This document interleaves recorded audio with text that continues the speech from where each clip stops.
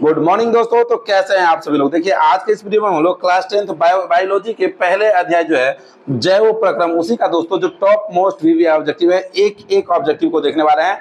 तो आप बस वीडियो में बने रहिए, एक एक क्वेश्चन को देखिए और जिस क्वेश्चन का आंसर आपको पता है तो उसका आंसर आप लोग कमेंट बॉक्स में कमेंट करके भी बताइएगा। यहाँ देखिए सबसे पहला नंबर जो क्वेश्चन है वह है यहाँ पे कि कूटपाद किस में पाया जाता है। यह क्वेश्चन देखिए आपकी 2016 में आपको बोर्ड एग्जाम में पूछा गया है, तो इसीलिए 2026 में भी पूछने का संभावना भी है, ठीक है ना।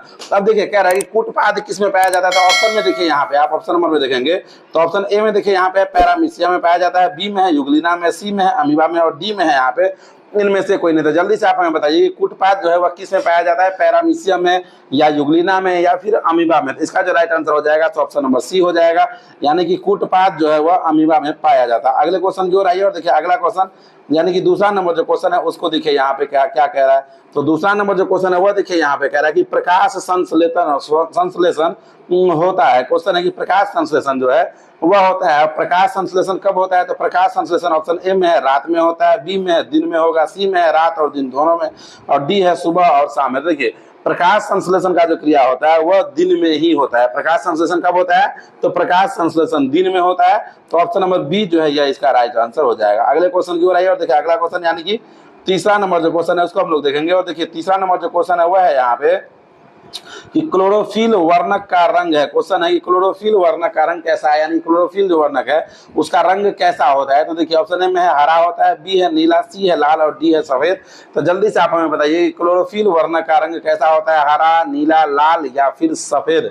तो क्लोरोफिल वर्णक जो है इसका जो रंग होता है मेरे भाई वो होता है हरा, यानी कि ऑप्शन नंबर ए जो है यह इसका राइट आंसर हो जाएगा। अगला क्वेश्चन देखिए यहाँ पे है चौथा नंबर जो क्वेश्चन है वो देखिए यहाँ पे कि रक्त में आयरन की कमी से होने वाला एक रोग है। कह रहा है कि रक्त में जब आयरन का कमी हो जाता है तो उसकी कमी से होने वाला कौन सा रोग है।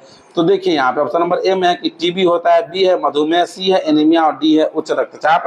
तो रक्त में आयरन की कमी से कौन सा रोग होता है, जल्दी से बताइए। तो रक्त में आयरन की कमी से सर जी एनीमिया होता है। तो ऑप्शन नंबर सी जो है यह इसका राइट आंसर हो जाएगा। अगले क्वेश्चन की ओर आएंगे और देखिए अगला क्वेश्चन यानी कि पांचवा नंबर जो क्वेश्चन है उसको हम लोग देखेंगे। तो देखिए पांचवा नंबर जो क्वेश्चन है वह कह रहा है कि कवक में पोषण की कौन सी विधि है। कह रहा है कि कवक में पोषण की कौन सी विधि है। तो ऑप्शन ए में है स्वपोषी, मृतजीवी पोषी, ठीक है ना। वहां उसका देखिए यहाँ पे संभोजी, उसका इनमें से कोई नहीं। जल्दी से बताइए पांचवा नंबर क्वेश्चन जो है कि कवक में पोषण की कौन सी विधि है। तो कवक में पोषण की मृतजीवी विधि है।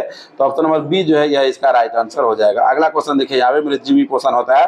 अगला क्वेश्चन है कि ऑक्सीजन है। जल्दी से बता दीजिए आप हमें कि ऑक्सीजन क्या है सर जी। तो आइए ऑप्शन में देखते हैं। ऑक्सीजन है यहाँ पे ऑप्शन ए में है वसा है। ऑक्सीजन क्या है, तो ऑप्शन ए में है वसा है, बी है एंजाइम है, सी है हार्मोन है और डी है कि कार्बोहाइड्रेट है। तो ऑक्सीजन जो होता है वह हार्मोन होता है, यानी कि ऑप्शन नंबर सी जो है यह इसका राइट आंसर हो जाएगा। अगले क्वेश्चन की ओर आएंगे और सातवां नंबर जो क्वेश्चन है वो हम लोग देखेंगे। तो देखिए सातवां नंबर जो क्वेश्चन है वह क्या कह रहा है। तो सातवां नंबर जो क्वेश्चन है वह है कि मनुष्य में वृक्क संबंधित है। क्वेश्चन है कि मनुष्य में वृक्क जो है यह किन चीजों से संबंधित है, पोषण से या फिर श्वसन से या फिर उत्सर्जन से या फिर परिवहन से। तो मनुष्य में वृक्क जो है वह उत्सर्जन से संबंधित है। तो ऑप्शन नंबर सी इसका राइट आंसर हो जाएगा। अगला क्वेश्चन देखिए यहाँ पे सातवां नंबर तो हो गया है, तो अगले क्वेश्चन की ओर आते हैं और अगला क्वेश्चन देखिए यहाँ पे क्या है। 7 नंबर क्वेश्चन जो है वो देखिए यहाँ पे है, ये तो हो गया 7वां नंबर। अच्छा यहाँ पे रीटाइप हो गया है शायद क्वेश्चन, देखिए आ जाइए अगले क्वेश्चन की ओर आते हैं। देखिए अगला क्वेश्चन जो है वह है कि मनुष्य में वृक्क संबंधित है, ठीक है ना। मनुष्य में वृक्क संबंधित है, यह क्वेश्चन दोबारा टाइप हो गया है, इसे आप छोड़ के चलिए, ठीक है। अगले क्वेश्चन की ओर आइए और देखिए 8वां नंबर जो क्वेश्चन है वह देखिए यहाँ पे है कि स्वपोषी पोषण के लिए आवश्यक है। क्वेश्चन है कि स्वपोषी पोषण के लिए क्या आवश्यक है। तो ऑप्शन ए में है कार्बन डाइऑक्साइड, बी में है क्लोरोफिल, सी में है सूर्यप्रकाश और डी में है सभी। तो स्वपोषी पोषण के लिए ये सभी आवश्यक है, कार्बन डाइऑक्साइड भी, क्लोरोफिल भी और सूर्यप्रकाश भी। तो ऑप्शन नंबर डी इसका राइट आंसर हो जाएगा। अगले क्वेश्चन की ओर आते हैं। देखिए अगला क्वेश्चन यानी कि 9वां नंबर जो क्वेश्चन है उसको हम लोग देखेंगे और देखिए 9वां नंबर जो क्वेश्चन है वह क्या कह रहा है। तो 9वां नंबर जो क्वेश्चन है वह है कि प्रकाश संश्लेषण की क्रिया में ऑक्सीजन बाहर निकलती है। क्वेश्चन है कि प्रकाश संश्लेषण की क्रिया में ऑक्सीजन बाहर निकलती है किन चीजों से भाई। तो जल से बाहर निकलती है, CO2 से या फिर ग्लूकोज से या फिर डिक्टियोजोम से। तो प्रकाश संश्लेषण की क्रिया में ऑक्सीजन जो है वह जल से बाहर निकलता है।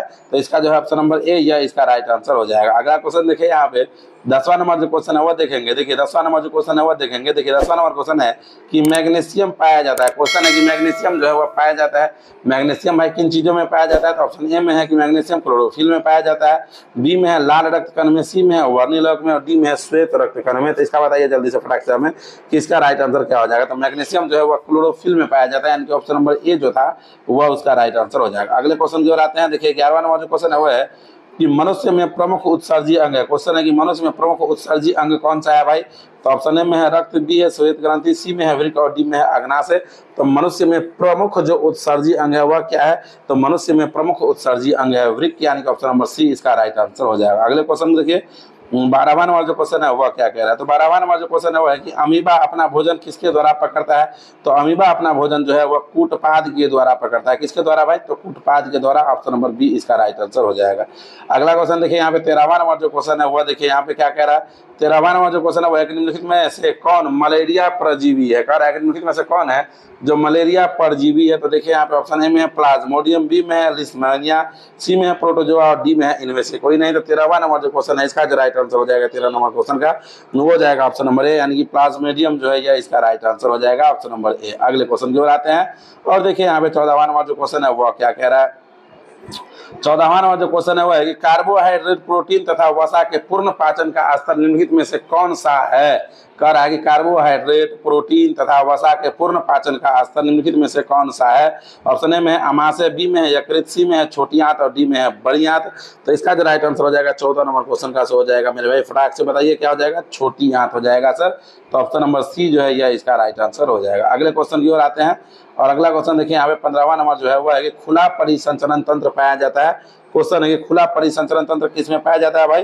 तो खुला परिसंचरण तंत्र जो है वह कॉकरोच में पाया जाता है। किसमें?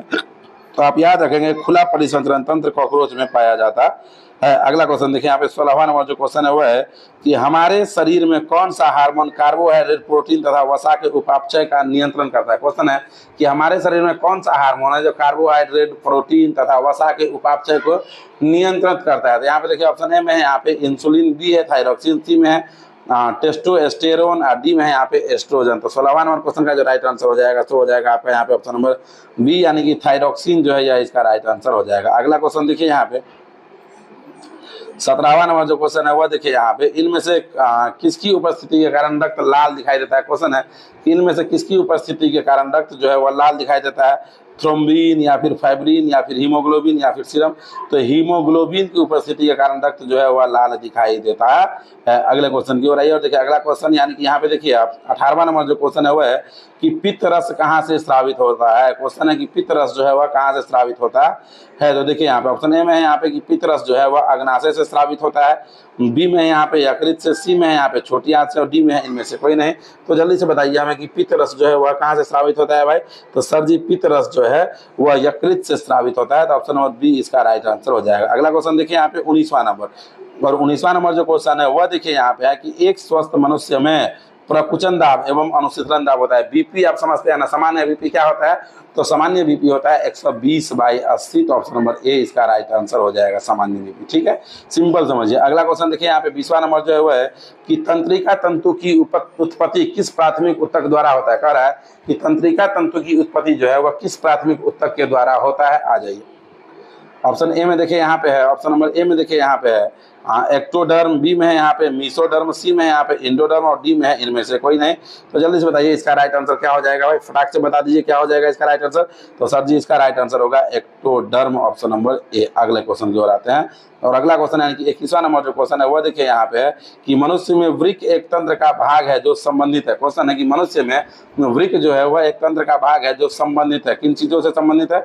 तो पोषण से, श्वसन से, उत्सर्जन से या फिर परिवहन से। तो मनुष्य में वृक्क एक तंत्र है जो किन चीजों से संबंधित है? तो वृक्क जो है वह किससे संबंधित है? जल्दी से बताइए, उत्सर्जन से है क्या? 21वां नंबर क्वेश्चन बताइए क्या हो जाएगा इसका राइट आंसर? हाँ, उत्सर्जन से हो जाएगा। तो ऑप्शन नंबर सी इसका राइट आंसर हो जाएगा। अगला क्वेश्चन देखेंगे 22वां नंबर जो क्वेश्चन है वह देखिए यहाँ पे है कि पादप में जाइलम उत्तरदायी है कि पादप ऊतक में जाइलम ऊतक जो है वह किन चीजों के लिए उत्तरदायी है? तो ऑप्शन ए में है जल के वहन के लिए, बी है भोजन के वहन के लिए, सी है अमीनो अम्ल का वहन, डी है ऑक्सीजन का वहन।